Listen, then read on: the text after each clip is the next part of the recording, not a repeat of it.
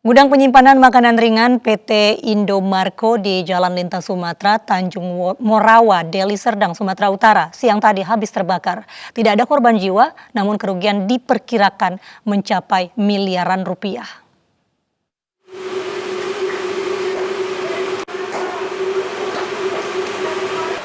Gudang penyimpanan makanan ringan PT Indomarko di Jalan Lintas Sumatera, Tanjung Morawa, Deli Serdang, Sumatera Utara terbakar Rabu siang. Api pertama kali terlihat dari ruang tengah tempat penyimpanan makanan ringan. Karyawan gudang yang melihat asap mengepul berupaya memadamkan api dengan peralatan seadanya. Namun tiupan angin membuat api cepat membesar dan menyambar tumpukan ban di dalam gudang. 8 mobil pemadam kebakaran milik pemerintah Kabupaten Deli Serdang dan Kota Medan dikerahkan untuk memadamkan api. Api baru bisa dipadamkan 4 jam kemudian.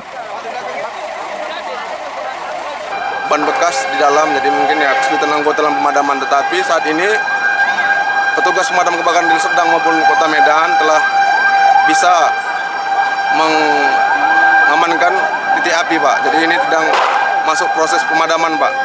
Ya, akses airnya agak sulit, Pak, tapi ini sudah berangsur-angsur mulai bisa membaik masalah airnya, Pak.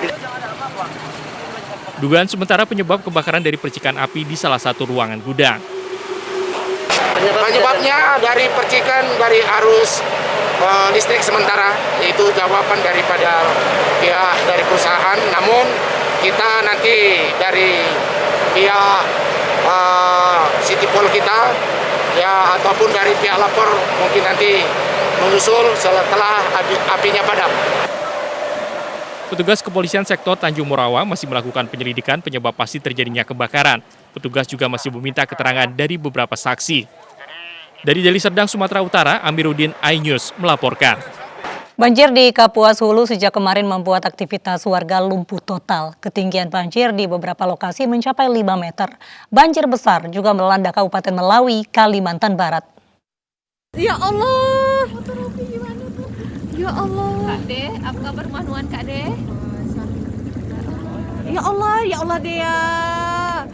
Banjir akibat luapan sungai Kapuas merendam puluhan rumah warga di Kabupaten Kapuas Hulu, Kalimantan Barat sejak Selasa kemarin. Astagfirullahaladzim. Panet bengkel, Pak. Sebagian warga memilih mengungsi ke lantai atas rumahnya. Sementara sebagian lainnya mengungsi ke rumah kerabatnya. Banjir merendam seluruh harta benda milik warga. Jalur transportasi pun terputus akibat banjir ini. Kapuas mulai dari tadi malam beranjak naik. Di dalam kawasan Putu Sibau dan sekitarnya air sudah 1 meter sampai 2 meter. Untuk jalur untuk masuk ke wilayah Putu Sibau ataupun keluar dari Putu Sibau untuk sementara masih tergenang air. Banjir juga terjadi di Desa Paal, Kabupaten Melawi, Kalimantan Barat. Ketinggian air yang semakin meningkat membuat ribuan rumah warga terendam. Akibat banjir, jalan penghubung kabupaten dan desa terputus total. Tim Tagana, TNI dan Polri mengevakuasi warga yang terjebak di rumah. Sementara warga yang memilih bertahan di rumahnya berharap bantuan dari pemerintah. Dari Kapuas Hulu dan Melawi, Kalimantan Barat, tim iNews melaporkan. Bribka Christine M. Batveni, Polwan Polda Papua yang menjadi korban tabrak mobil Wakil Bupati Yalimo dikebumikan di TPU AB Pura, Jayapura, Papua. Almarhumah menghembuskan nafas terakhir akibat ditabrak Wakil Bupati Yalimo Erdi Dabi yang diduga mabuk.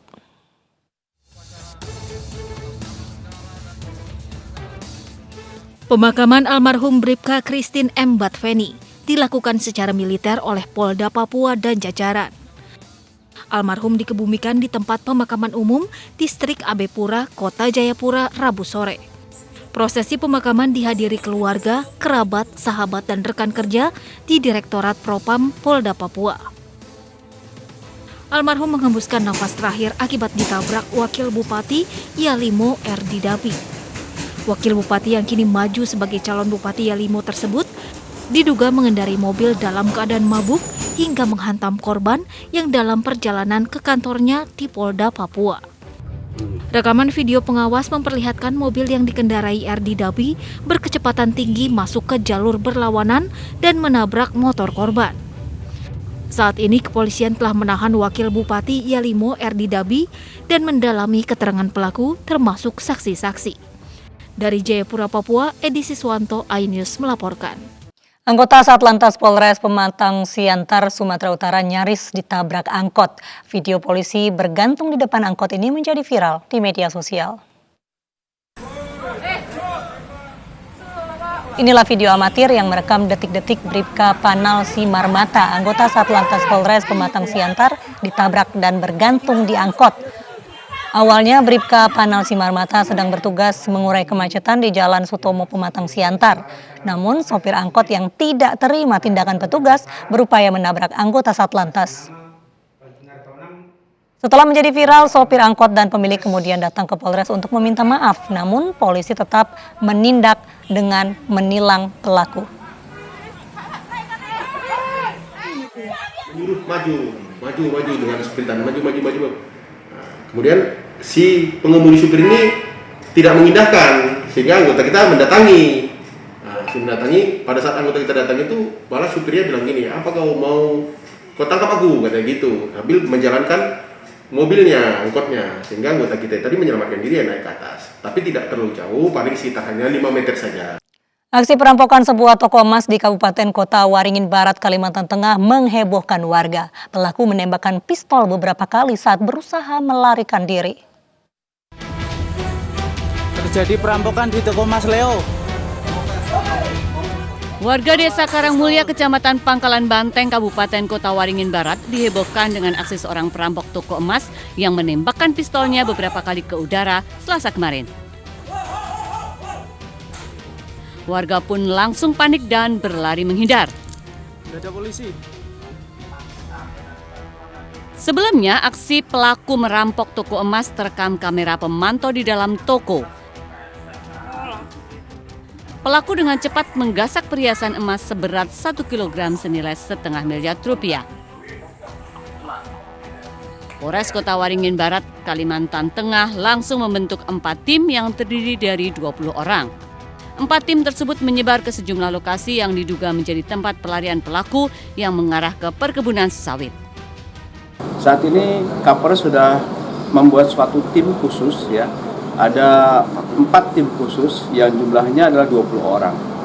Dan saat ini tim sudah lidik ya di berbagai tempat di mana kemungkinan lokasi dari larinya si tersangka tadi. Kita ketahui bersama bahwa mereka menggunakan kendaraan Mio ya, warna putih, tetapi platnya itu tidak dipakai ya, dilepas sengaja menutupi identitas dan menggunakan topi terbalik dan pakai sipu. Polisi juga menduga dari keterangan sejumlah saksi yang sudah diperiksa, diduga kuat pelaku tidak beraksi sendiri, melainkan ada pihak lain yang ikut serta. Dari Kota Waringin Barat, Kalimantan Tengah, Sigit Zakwan Pamungkas, iNews melaporkan. Pemirsa, polisi menggerebek rumah predator anak di Desa Lerep, Kabupaten Semarang, Jawa Tengah. Pelaku 5 kali mencabuli korbannya yang masih duduk di sekolah dasar dengan iming-iming jajanan Rp1.000.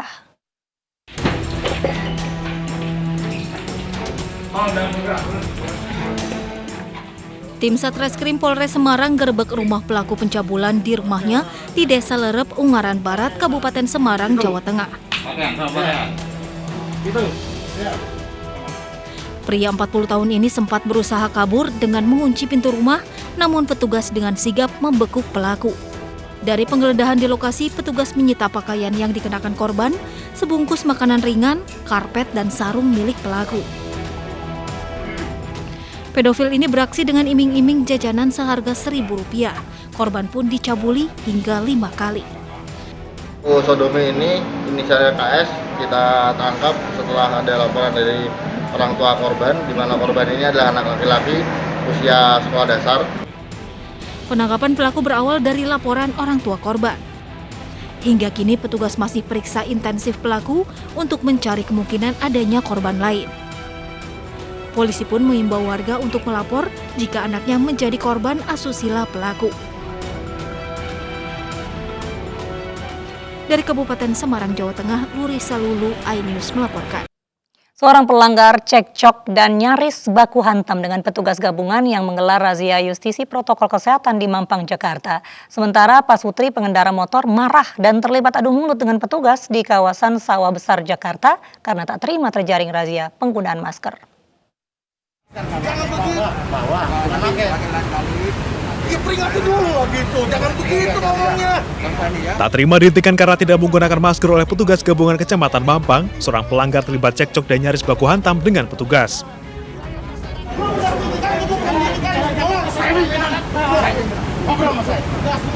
Pengendara motor ini berkeras tak mau didata dan menerima sanksi petugas. Sejumlah petugas kewalahan menjelaskan kepada pelanggar hingga akhirnya melepaskan pria tersebut. Ya istilahnya kan istri saya. Ya kan, dia kan istri saya. Saya tahu. Pasangan suami istri yang berboncengan sepeda motor ini juga tak terima saat dirazia masker di Jalan Karanganyar Sawah Besar, Jakarta Rabu pagi. Sang istri yang marah ditegur petugas karena tidak memakai masker dengan sempurna justru dibela oleh suaminya. Akibatnya, adu mulut pun tidak terhindarkan.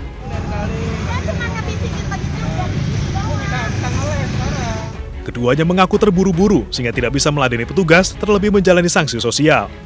Sebagai gantinya, petugas menahan KTP salah satu dari mereka. Saya. Terus sekarang dikenain sanksi gitu? Kena sanksi saya nggak mau lah. Orang saya pakai masker sehari-harinya. Razia serupa akan terus digencarkan petugas selama masa pengetatan PSBB hingga pandemi COVID-19 berakhir. Dari Jakarta, Tim Liputan iNews melaporkan. 65 personil ditetapkan sebagai tersangka dalam perusakan Polsek Ciracas. Sementara penyelidikan gabungan terus dilakukan.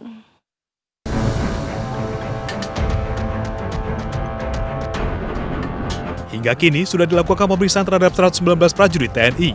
Dari hasil penyelidikan ditetapkan sebanyak 65 personil sebagai tersangka perusakan. 57 orang berasal dari Angkatan Darat, 7 dari Angkatan Laut, dan 1 Angkatan Udara. Nantinya, bila sudah tidak ada tersangka baru, berkas perkara akan dilimpahkan kepada Auditor Militer 2 untuk disidangkan dalam peradilan militer. Total kerugian fisik maupun material dalam perusakan ini mencapai sekitar 778 juta rupiah. Total semua yang sudah diperiksa sampai dengan saat ini, seluruh oknum prajurit berjumlah 119 orang yang sudah diperiksa, kemudian ditetapkan sebagai tersangka sebanyak 65 orang. Peristiwa penyerangan Mapolsek Ciracas dan sejumlah pertokoan terjadi pada Sabtu dini hari 29 Agustus lalu. Sekelompok orang menyerang dan merusak bangunan kantor polisi serta membakar sejumlah kendaraan yang terparkir. Akibatnya, 2 polisi dan 1 warga sipil terluka. Penyerangan berawal dari kecelakaan yang menimpa prajurit TNI Prada MI. Ia memberitahu puluhan rekannya terkait dengan kecelakaan ini sehingga muncul berita bohong bahwa Prada MI dianiaya. Rekan-rekan Prada MI pun lantas menyerang Mapolsek Ciracas. Tim Liputan iNews melaporkan.